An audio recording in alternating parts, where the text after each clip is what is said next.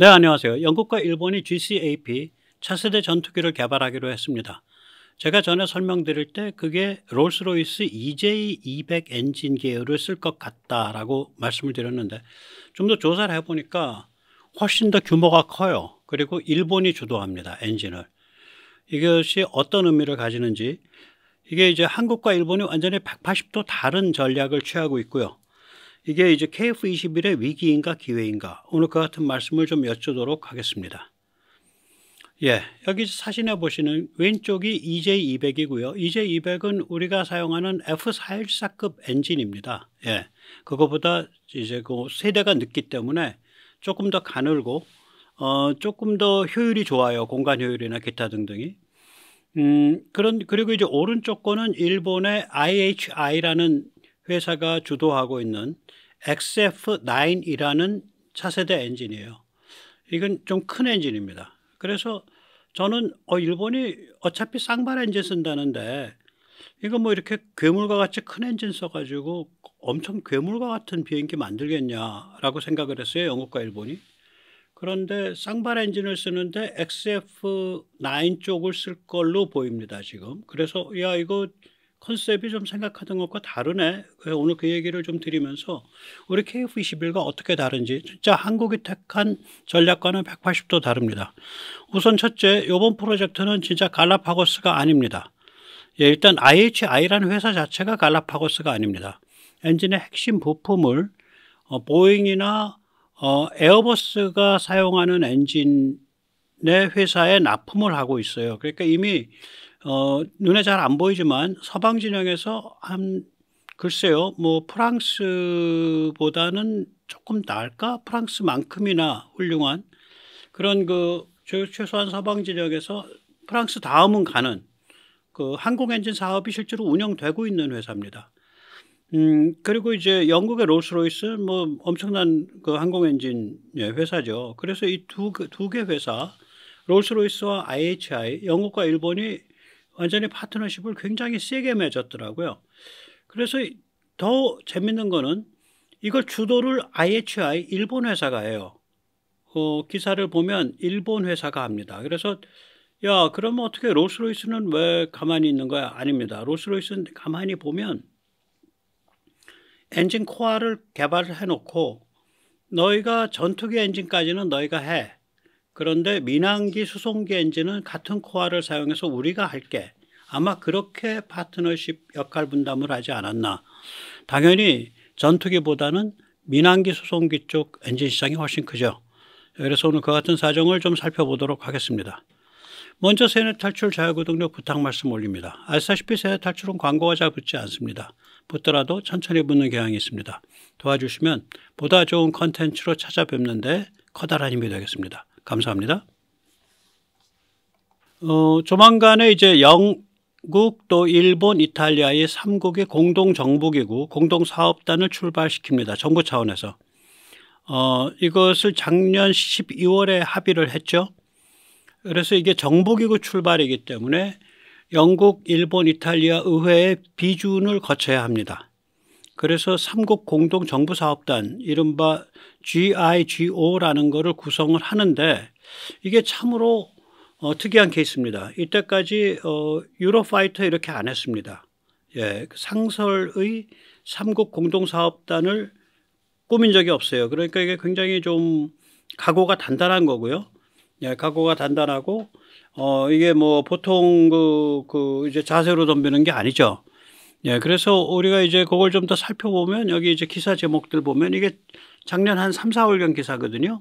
일본의 그 방위사업 전시회에서 아까 말씀드린 일본 회사 IHI와 그리고 영국 회사 롤스로이스가 GCAP 파이터 엔진을, 그러니까 GCAP 전투기 엔진을 진행시키기로 합의했다. 뭐 그런 거고요.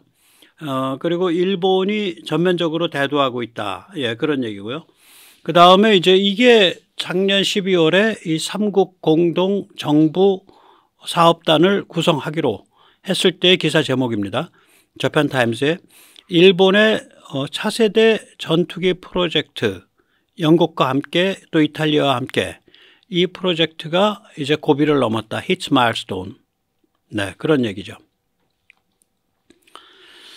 어떻게 보면 사실상 일본 주도 프로젝트예요. 왜 그러냐면 가장 중요한 세 개 요소를 일본이 맡았습니다. 하나가 엔진, 두 번째가 복합재, 그러니까 컴포지트 머티리얼이죠.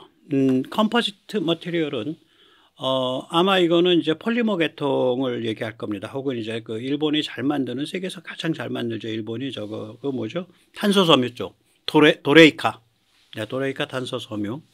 우리보다 한 30년 일찍 만들기 시작을 했으니까 우리는 작년인가에 그 도레이카 탄소 섬유의 제일 아래 단계에 해당하는 걸 작년에 입문했고요. 일본은 그걸 1980년대 말인가 입문했으니까 6, 7년 전에 입문을 했습니다. 물론 양산 기술에서는 거의 따라갔을 겁니다. 그러니까 이게 이제 일본도 40년 전에 입문했을 때는 수율이 굉장히 작았을 거 아니에요. 그런데 설비 투자 대비. 근데 이제 그게 40년 동안 쭉 양산 실력이 올라갔겠죠. 그러니까 등급은 일본의 옛날 등급, 초기 등급, 가장 대중적 등급 지금은 거기지만 양산 경제성은 거의 따라갔을 거라고 생각이 됩니다. 한국이 그런 걸 잘하니까. 어쨌거나 지금 이 세계 국가의 세계 그 민간기업, 대표 민간기업은 일본에서는 미쓰비시 중공업, MHI고요. 영국은 BAE고요. 예, 무시무시한 데죠. 여기가 F-35의 센서 퓨전에도 깊게 관계되어 있는 회사입니다. 물론 영국 BAE가 아니라 미국 BAE가 깊게 관계되어 있습니다. 그 다음에 세 번째는 이탈리아 네오나르도. 우리랑도 같이 뭐 레이더라든지 여러 가지 같이 하고 있죠. 이 세 가지가, 세 개의 회사가 이제 3대장이고요. 아까도 말씀드렸듯이 삼국정부 공동사업단인데 좀 이름이 특이해요. 기고. 예, GCAP International Government Organization. 그래서 삼국 정부 공동사업단입니다. 그게 만들어지고 있고요. 일본 몫은 복합재 레이더, 그 다음에 3차원 추력 편향 엔진입니다. 여기 보면 이제 일본의 미쓰비시, MHI가 미쓰비시 중공업입니다. 영국의 BAE, 이탈리아의 레오나르도. 그래서 일본이 맡고 있는 게 여기 보시면은 Composite Materials, 복합재, 레이더 센서, 레이더, 그 다음에 3-dimensional thrust vectoring engine, 그러니까 3차원 추력 편향 엔진, 그 얘기를 하고 있고요. 그 실제로 일본이 아까 말씀드린 XF9 엔진의 뒤에 이걸 붙여서 실험까지 했어요. 그래서 이 꽁무니에서 이렇게 해서 3차원으로 방향을 조절하는. 이거는 이제 무엇보다도 뭐 기계적으로 어려움도 있지만 이거를 하는 것도 좋고 안 하는 것도 좋습니다. 왜냐면 F-35 이거 안 하거든요. F-22는 했는데 F-35가 이걸 안 한 이유는 뭐였냐면 이걸 하게 되면 유지보수비가 많이 올라갑니다. 이게 아마 민감한 모양이에요. 그래서 맨날 유지보수 하는데 좀 애를 먹는 모양입니다. 네. 저는 이제 처음에는 야, 이거 뭐 저기 뭐야 미국의 NGAD급으로 가겠어? 이거 뭐 저기 그쪽은 설마 안 가겠지. 그래서 저는 롤스로이스의 EJ200이 엔진이 괜찮기 때문에 그거를 개량해서 쓰지 않을까 그렇게 생각을 했는데 그래서 KF-21급 정도 되지 않을까 그거보다 조금 더 좀 더 세게 나오지 않을까 생각했는데 전혀 아니에요. 보니까 2018년 일본 방사청 이걸 ATLA라고 부릅니다. 이게 방사청으로 아마 번역해야 될 거예요. 일본 방사청 심포지움 발표 수치를 보면 향후 XF9을 개량해서 애프터버너 기준 44,000파운드까지 가겠다. 그러면 이걸 대충 추정을 해보면은 드라이가 33,000파운드 정도 되고요. 이 정도면 어느 급이냐면 미국 NGAD가 사용하는 XA100 엔진이랑 같습니다. 그거보다 오히려 조금 더 나와요. 이거 두 발 쓴다는 얘기는 지금 미국 NGAD가 이거 두 발 씁니다. 야, 이거 그러면 이거 장난 아닌데 미국 차세대랑 몸집이랑 기능이 같다는 소리잖아. 이렇게 되는 거예요. 그래서 이렇게 엔진 개량에 성공을 해서 이거를 채택하면 미국 NGAD와 동일 체급에서 정면 경쟁하겠다 이 소리가 돼요. 굉장히 큰 겁니다. 지금 현재 어디까지 가 있냐면요. 드라이 추력 24,250, 그 다음에 애프터버너 추력 33,000 정도까지 가 있습니다. 지금 현재. 지금 현재는 어떤 컨셉이냐면 F-15에 사용되는 그게 F-119 엔진인가 뭔가 그래요. F-15에 사용되는 엔진을 조금 더 작게 만들겠다라는 개념이었어요. 이게 이제 2018년 시제품 완성했습니다. 돌아갑니다. 예, 그래서 그 F-15에 사용된 엔진보다 조금 얇고 조금 짧습니다. 예, 480cm에 이거 저기 3차원 추력 변형 안 붙였을 때 본체만 480cm의 길이가, 예, 그 다음에 다이아미터라 그러죠. 직경이 그 팬 직경이 앞에 이제 그 엔진은 팬 입구에서 직경을 재는 모양이에요. 중간이 좀 부풀어 오르니까 어딜 재냐에 따라서 직경이 달라지죠. 팬 직경이 되게 한 100cm 이하 뭐 이렇게 지금 얘기가 되고 있죠. 그래서 지금도 이게 꽤 큰 엔진이고요. 예, 상당히 큰 엔진입니다. 이걸 보면 드라이 추력 쪽이 AB 추력에 대해서 상당히 그 비율이 높습니다. 예, 그 얘기 뭐냐면 엔진이 내구성을 갖는다는 얘기죠. 내구성이라기보다 그걸 이제 계속해서 동일 속도로 오래 갈 수 있는 그런 성향이 있다고 보통 얘기를 해요. 예. F-15 엔진이 그래서 좀 구덕다리지만 좋다는 거거든요. 예, 여기서 이제 조금 우리가 원리를 생각해 봐야 되는데요. 엔진에서 이제 코어라는 그런 개념을 해서 싱글 코어 멀티 유스 이런 컨셉을 우리가 생각해 볼 수 있습니다. 이게 백모가 만든 말입니다. 하나의 코어를 가지고 여러 가지로 파생시켜서 쓴다. 그래서 또 백모가 만든 말입니다. 껍데기의 법칙, 이 나셀 법칙이라고. 근데 나셀이라는 용어는 엔진에서 쓰는 용어예요. 이게 나셀입니다. 여기 지금 연두색으로 껍질 있는 거, 맨 바깥에 이렇게 큰 껍질 있는 것, 드럼통 같이, 그걸 나셀이라 그럽니다. 이 껍질 사이즈는 요 앞에 팬 사이즈랑 같겠죠? 껍질의 내경은.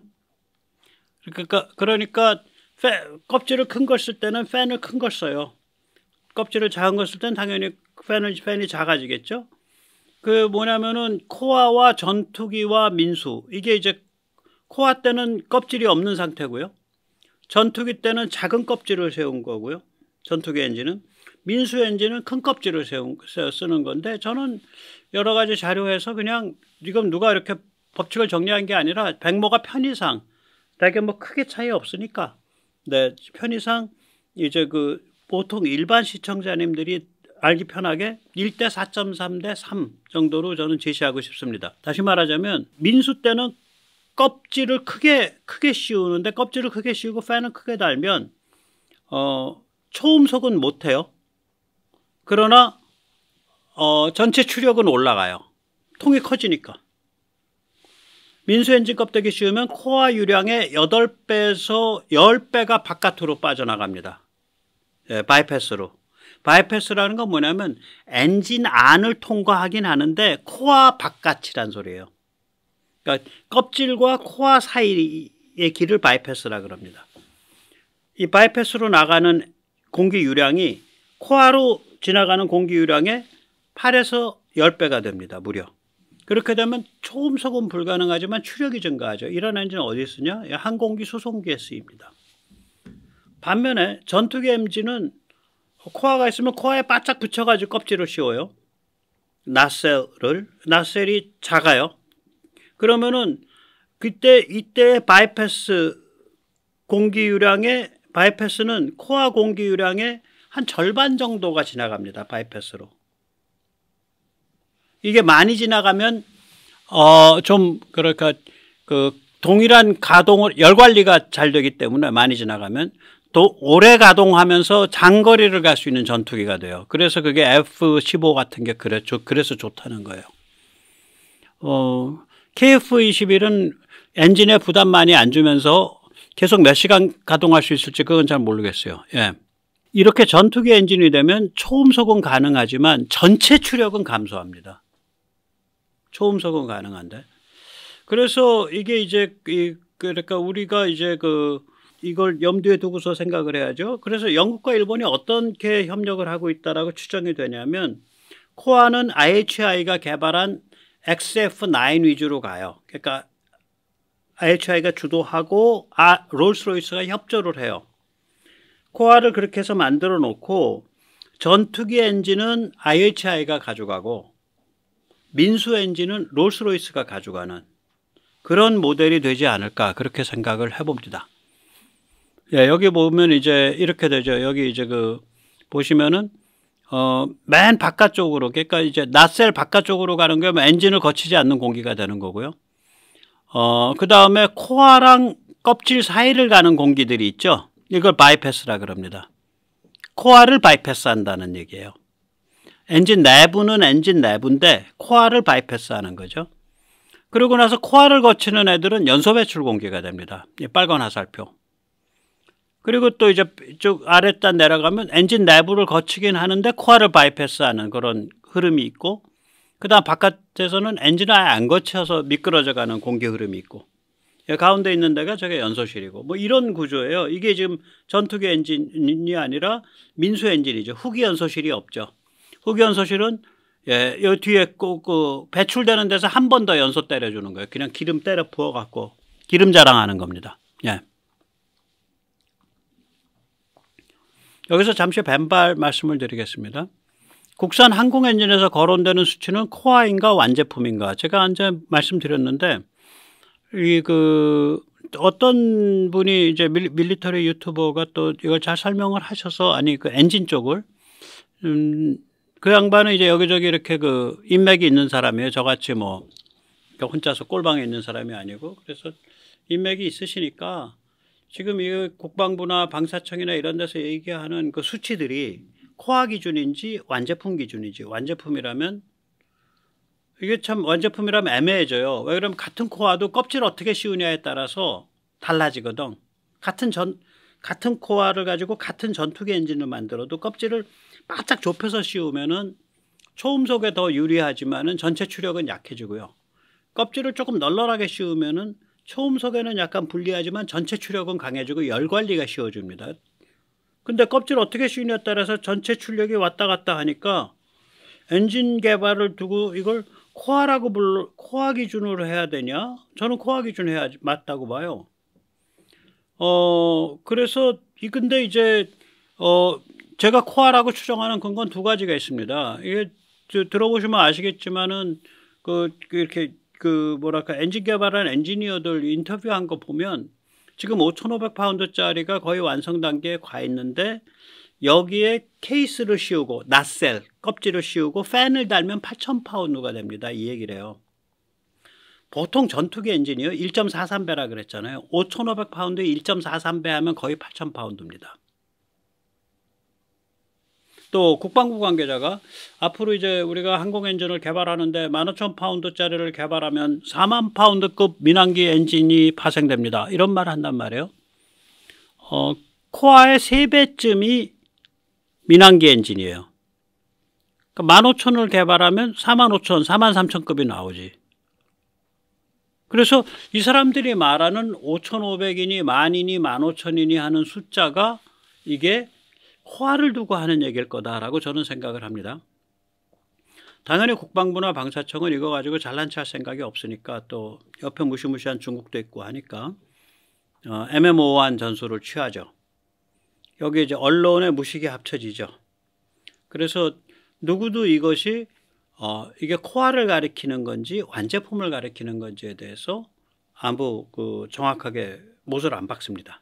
지금 현재까지는. 저는 이제 우리 엔진이 가고 있는 길이 이렇게 보고 있으면 전략이 종류를 두 종류 사이즈로 가고 있구나. 하나는 스몰 사이즈, 하나는 미디엄 사이즈. 소형 사이즈, 중형 사이즈.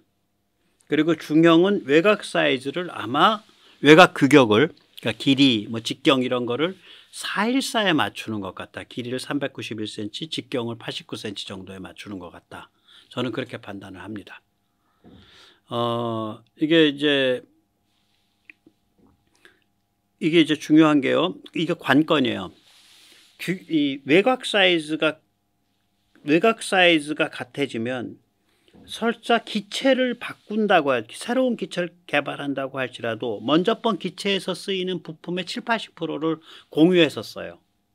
바뀌는 게 무슨 공기 흡입구나 공기 통로, 그 다음에 기골이 좀 강화되고 엔진이 세지면 뼈대가 튼튼해져야 되니까 날개가 좀 넓어지고 이런 거지.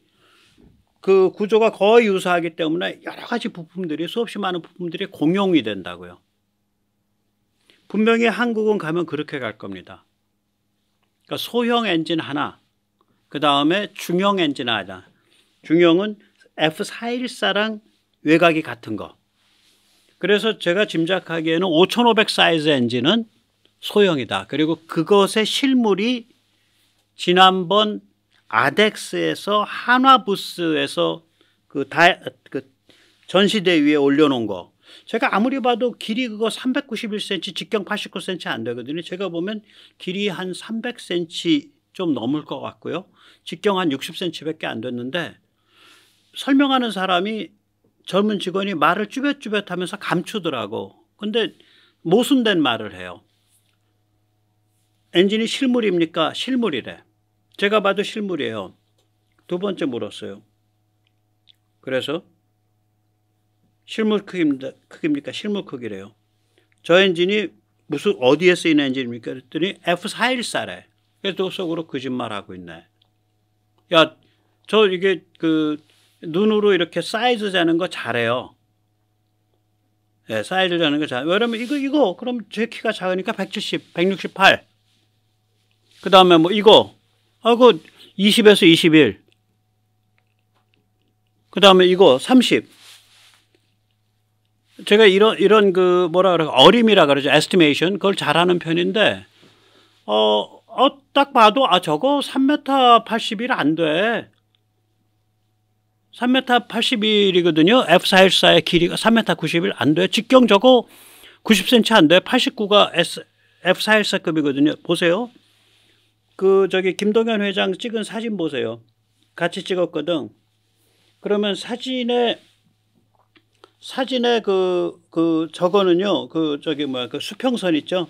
사진의 수평선은 김동현 회장이랑 그 옆에 있는 임원에 여기쯤 와 있어요. 그러면 140쯤에 와 있는 거예요. 140에. 그러면 엔진이 단이 그때 30cm는 돼.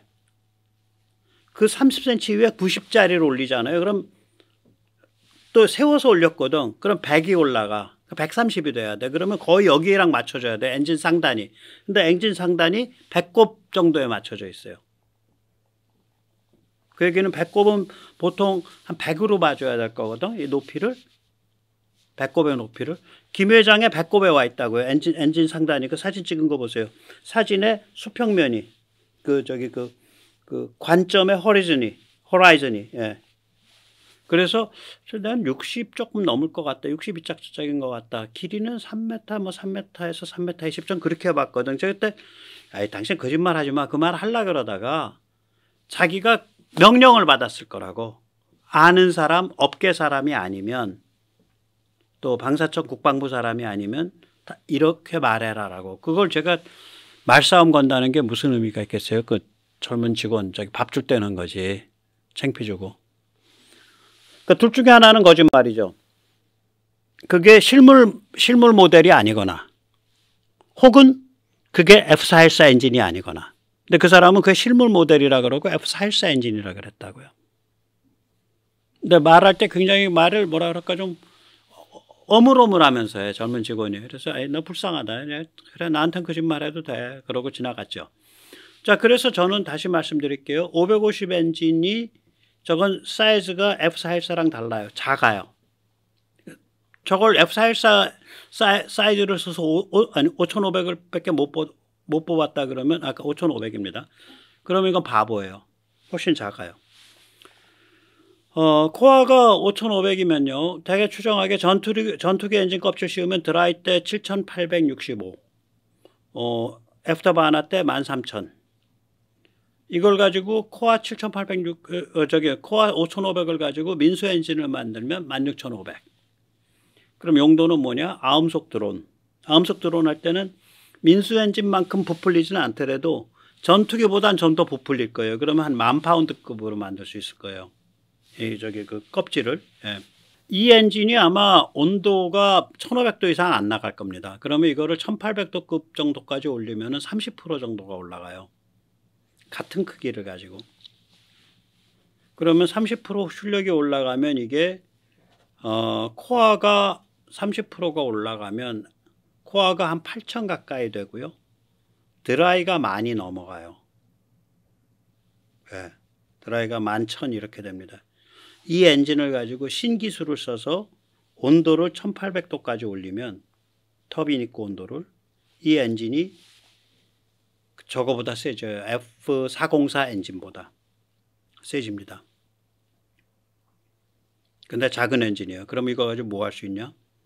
두 발 채우면 굉장히 파워풀한 미니 KF21이 나옵니다. 제가 그래서 FA50 저거 그전엔 저도 업그레이드해서 엔진 바꾸고 엔진 가리하고 뭐 이런 거 했는데 아니에요. 내부가 이미 구닥다리 기술이야. 요새 기술들은요 KF21이 왜 좋으냐면 최근 기술이어 갖고